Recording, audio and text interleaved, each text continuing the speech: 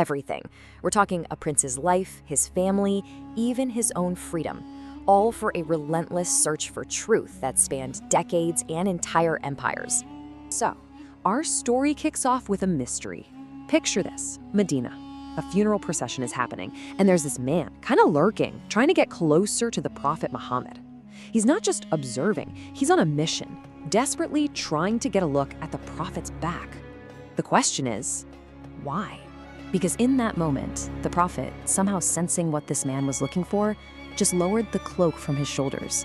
And the man saw it, a unique mark, exactly as it had been described to him years and years ago. He just broke down and started weeping. Right there, decades of searching had finally come to an end. This man was Salman al-Farsi, Salman the Persian. And to really understand those tears, we gotta go all the way back to the beginning. You see, Salman's journey doesn't start in hardship. Quite the opposite. It starts in the powerful Persian Empire with a life of unbelievable privilege and comfort. The contrast here is just wild. On one hand, he's the son of a chief, basically a prince, set for life. He was so devout in his Zoroastrian faith, this ancient religion centered around a sacred fire, that his job was to be its guardian. But then, a total chance encounter. His dad sends him on an errand, he stumbles past a Christian church, and he's just captivated by the sound of their prayers. He stays the whole day, and bam, converts on the very first day. He just abandoned a lifetime of privilege for this feeling of truth he'd never felt before. And this decision, it came with a huge price. When he told his father, his dad was so furious that he literally chained Salman up inside their own home. But it was too late. Salman had already chosen his path. He managed to get free, escaped his home, his country, and a life of guaranteed luxury, all to chase down the truth he had just found. So his escape kicks off the next massive chapter of his life, a long, difficult journey from one teacher to the next, crossing entire empires, all in the hunt for righteous knowledge. And let me tell you, this journey was anything but easy. His first teacher in the Roman Empire turned out to be a total fraud, using religion to hoard gold. After the teacher died, Salman actually exposed his hidden treasure to the people. But he didn't give up. He found a second, genuinely good teacher in Iraq. When that teacher was dying, he pointed Salman to another one in Turkey. And that scholar then guided him to a fourth. For decades, this was his life: learn, serve, and keep searching. So he's with his final teacher, who is on his deathbed. And this teacher gives him some absolutely world-changing news. He says, listen, there are no more righteous scholars like us left. But the time for a new, final prophet is here. And then he gave Salman a set of clues, basically a checklist, that would define the rest of his life. His teacher gave him a very specific list. First, the location. Find a city in Arabia that's full of palm trees, sitting between two volcanic hills. Okay. Then, 3 personal signs to know if you've got the right man. He won't accept charity for himself, but he will accept a gift. And the final undeniable proof, a unique mark on his back known as the seal of prophethood. Armed with these signs, Salman joins a caravan heading for Arabia. He pays for the trip with everything he owns. He's closer than he has ever been to his goal. But then, a totally cruel twist of fate. The very people he was traveling with betrayed him. They sold him into slavery. And the most bitter, unbelievable irony, the city they sold him in was Medina. He looked around and saw it all. The endless palm groves, the 2 volcanic hills. He was in the right place, but now he had lost his freedom. His quest suddenly seemed impossible. So years go by. Then one day, while he's up in a palm tree working, Salman overhears his master's friend complaining that some man from Mecca has shown up claiming to be a prophet. Salman said he nearly fell right out of the tree. This was it. The moment had finally come. Now, somehow as a slave, he had to verify those signs.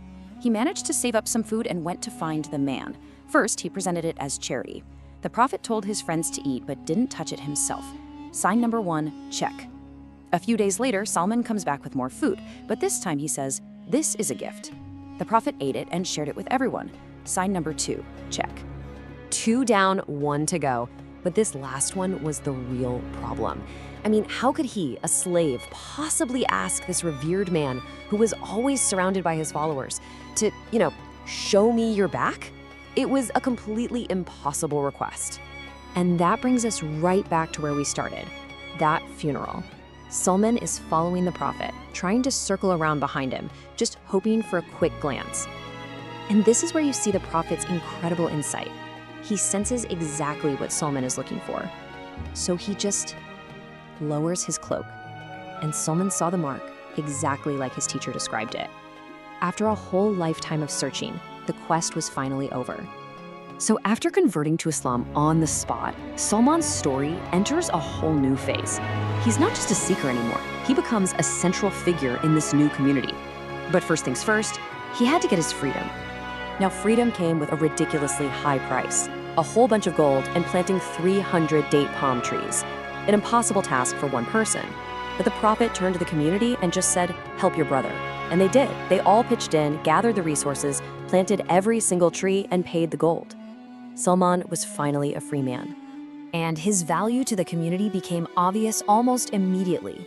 When a massive 10,000-man army marched on Medina, the Muslims were terrified. Salman stepped up with an idea from his homeland. He said, "In Persia, when we're afraid of a big army, we dig a trench." This was a totally new idea in Arabian warfare. So they dug the trench, and it completely saved the city. It was a game changer. Salman's strategic genius earned him so much respect that the two main groups of Muslims in Medina started kind of arguing over him. He's one of us. No, he's one of us.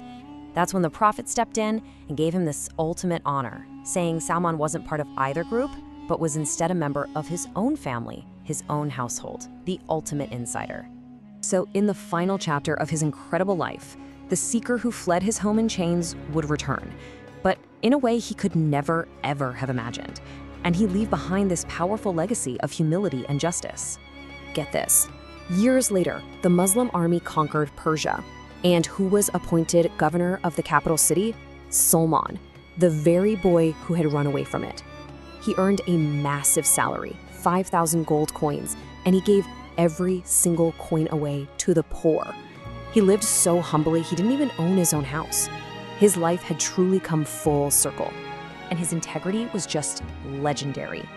One day, the Caliph Umar, the leader of the whole empire, stood up to give a sermon, and Salman just interrupts him in front of everybody.